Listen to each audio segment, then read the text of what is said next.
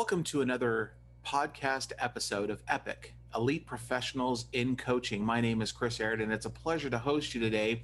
And we're going to get right into this. I really enjoy doing this and sharing, hopefully, nuggets of wisdom for you. There was a statement that was made with me about a week ago from a client, and it took me back years. I'm talking like 35 years ago. I know for some of you that's a long time ago, but I also believe that there is a certain amount of level of experience and wisdom that comes to that. And here was the scenario, if you will. Someone was putting something together. This was 35 years ago. Someone was putting something together, and after they had done all the research, of course, Google and YouTube wasn't invented back then, going through Encyclopedia Britannica and going through, some high school and listening to friends and all of that, someone has put this thing together. They invited me over to it, and they said, "This is really cool, isn't it, Chris?" And I said, "Yeah." What is it? What are we accomplishing here? That type of thing. And they said whatever it was. And then they said, "I hope it works." Wait, what? I hope it works. What do you mean it hope? What part of hoping are you looking to have take place as you press the start button? Didn't you figure all this stuff out? Didn't you do the homework? Well, the answer to that was yes, yes, yes. But I hope it works was the follow-up by this friend of mine. And here's the reason why it came back to me from such a long time ago last week when I was talking with a client.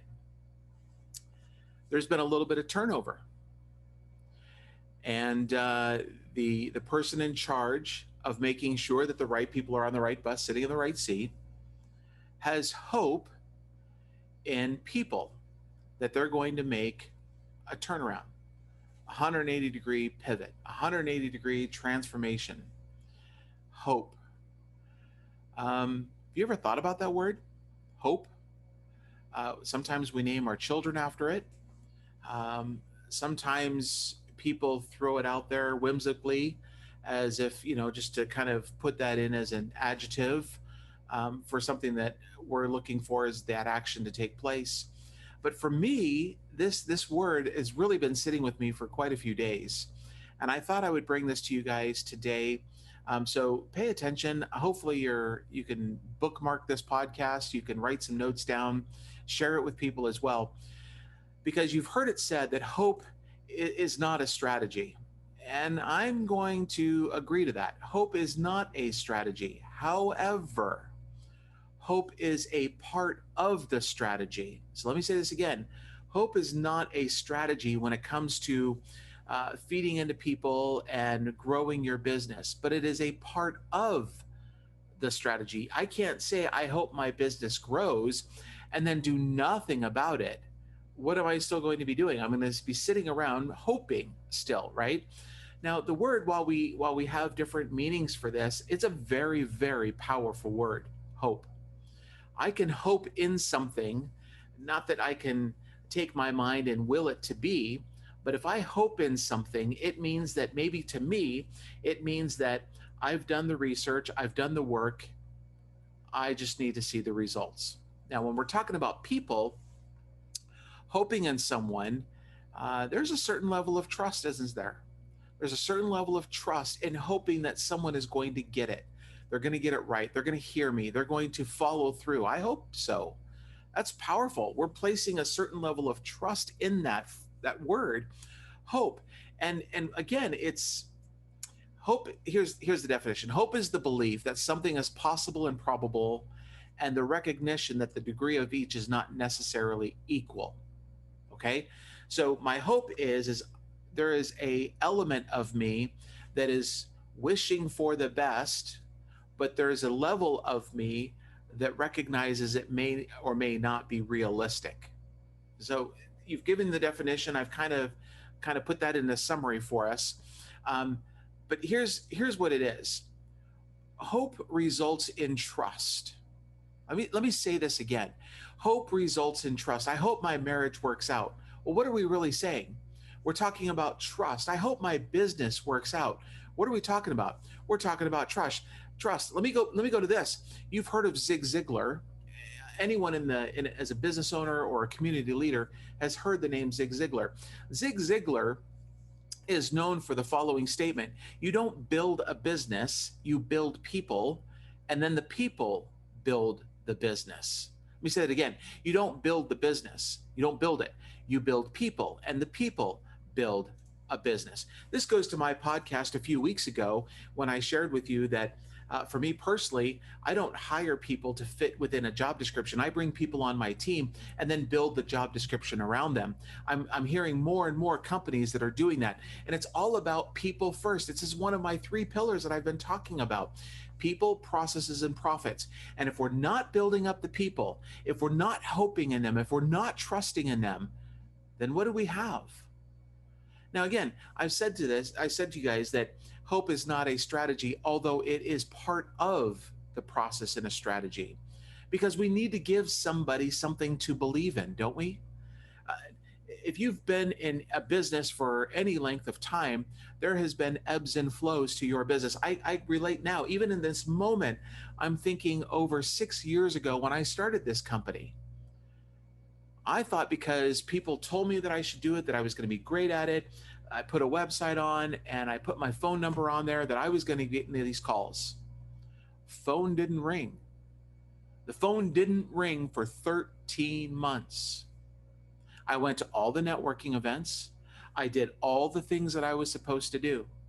But what I recognized during that time was that there were certain things, even though I had this education and this experience, that I was really truly learning what it was like to be a business owner on my own, and recognizing what other people across this great big world of ours are going through. And so then I was able to have circumstantial experience. I was able to understand in a mindset, in a way of how hope is so powerful. There was nothing else to lean on but myself. Nothing, no one. There was no one on my team. There was people that spoke into me. There were people that tried to tell me that I was on the right path. And I believed that. That was part of my hope. It was an element of trust that was part of that strategy, that I was going to keep my doors open. Now, there's more things that took place, and that'll be for another podcast. But even in this moment, I recognize back in that day, I recognize that even during 2020, when COVID was taking place and people, shut their doors and they huddled in their homes because they were not in control. They were afraid of the unknown.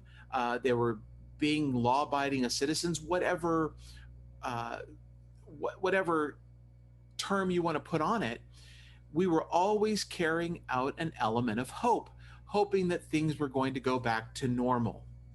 Right? You've heard it said. So hope is powerful. It's an element of trust.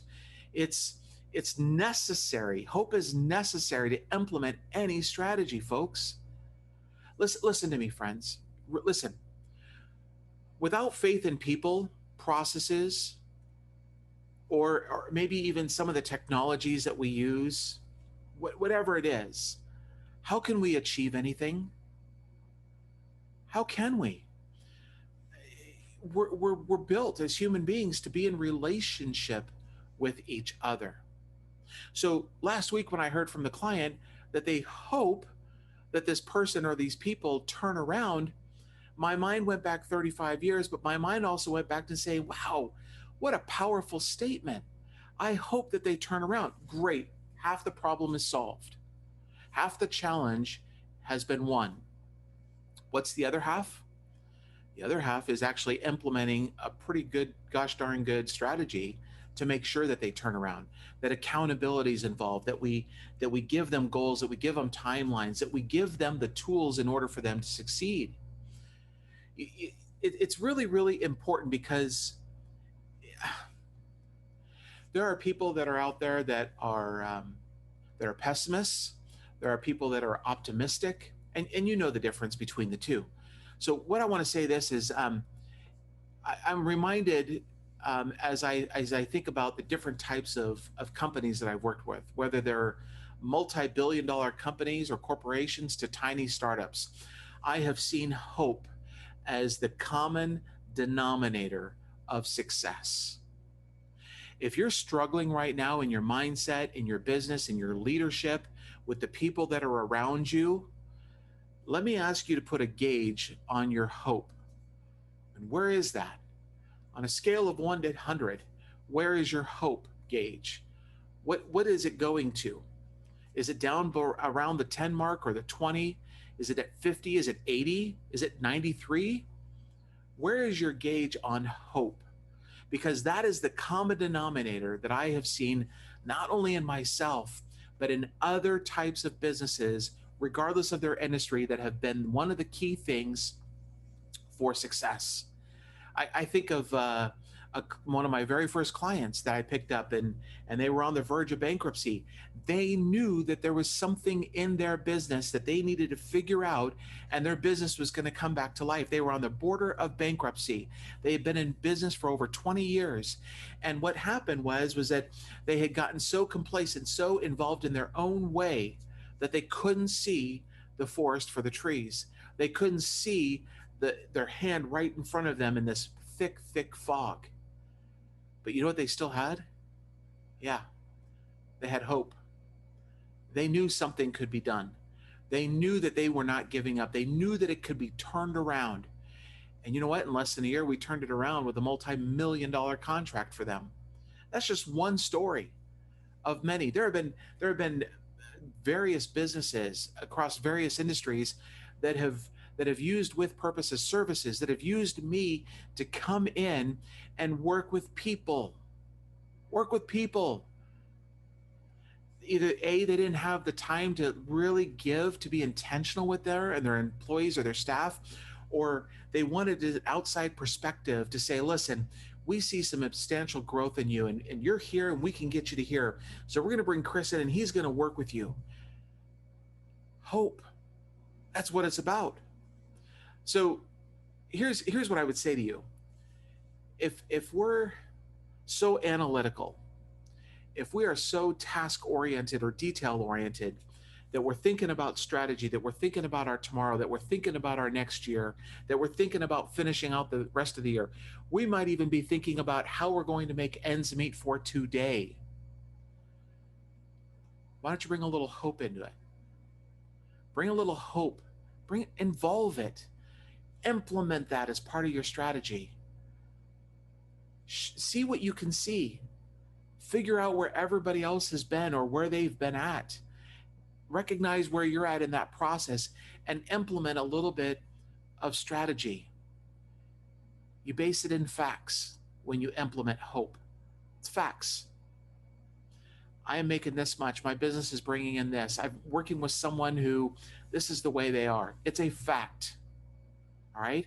And when you implement hope into this strategy, you then learn, after you're based on facts, you then learn from the challenges, from the mistakes, even maybe even from failures that have gone along the way, and you tweak it. You tweak it so that it becomes a little bit different the next time, as you're strategizing with hope as being a part of that. And then here would be something else I would share. How about focus on what's right and not what's broken? Focus on the good things. Don't focus on the negative. There's too much negative stuff going on in the world. And I'm not being Pollyanna about this, and I'm not looking at it through rose-colored glasses. The problem, here's the thing. When we tend to focus on the negative things in our life, we become negative. Not overnight, but it wears on us. It infiltrates us. It changes our perspective. So if we're focusing on the things that are good and not what's bad, hope becomes even stronger. There's a lot of things I hope for. There's a lot of things that I'm setting my eyes on through strategies with the element of hope involved. I'm passionate about what I do. Are you? Are you focused on the good things that are taking place in not only your life, but in your business and the people that are around you? Why don't you do this? Take this next question, and go around to the workplace or go around in the community and say, listen, do I exemplify the word hope?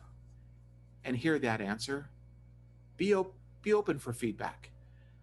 Do I promote hope as we're in business meetings, as I'm around in the community, as I'm talking to my spouse or my children or other family members, my neighbors, do I promote hope? And see what their reaction would be. In fact, I would like to hear about it. Let's do this together. Let's work on this together. Let's figure out how you can either A, help me promote hope, or how I can help you promote hope in that implementing of that strategy in growing your business, growing you as an individual, growing other individuals that are on your team, growing your team. Because you know what happens when that will take place? That means that the rest of your team is receiving the positivity, they're receiving hope, they're understanding that there's something different, that there's something new, that there's something to be excited for. Folks, you're running your business, you're a leader in the business and in the community. That should be exciting to you. And don't think about how much time you're spending or other negative things. Look at the positive, focus on that, and then encourage other people to do the same with you. How can I help you with that? This is me to you. How can I help you with that positive action? It's a verb, folks. It can be used as a noun, I get it. But hope is active, isn't it? Hope is active. And it just, people launch businesses, people launch into a new career with hope, but it's also based upon trust. It's also based upon a knowing, a strategy, what your outcomes are for that. What are your objectives that you're hoping to accomplish? It really, in essence, you know what hope does? Hope taps into our desire as a human being to be a part of something bigger than it is all of us. It's to be part of a bigger plan, to be greater, to be part of something that is greater than you and me. That's hope. Wouldn't the world be different if we all thought about hope as that way? Wouldn't the world be different if we implemented hope as part of our strategy for businesses or for developing people? What about your business? How would that be different? I want you to picture that right now. Picture it. How is hope different in your business, in the people that are around you, in your families? Strategize using hope. Plan. Plan for the what if scenarios. They're always going to be there. You can identify them as plan A, plan B, plan Z, whatever. But let me encourage you today. Take this away, comment. Love to hear back from you. What is hope to you?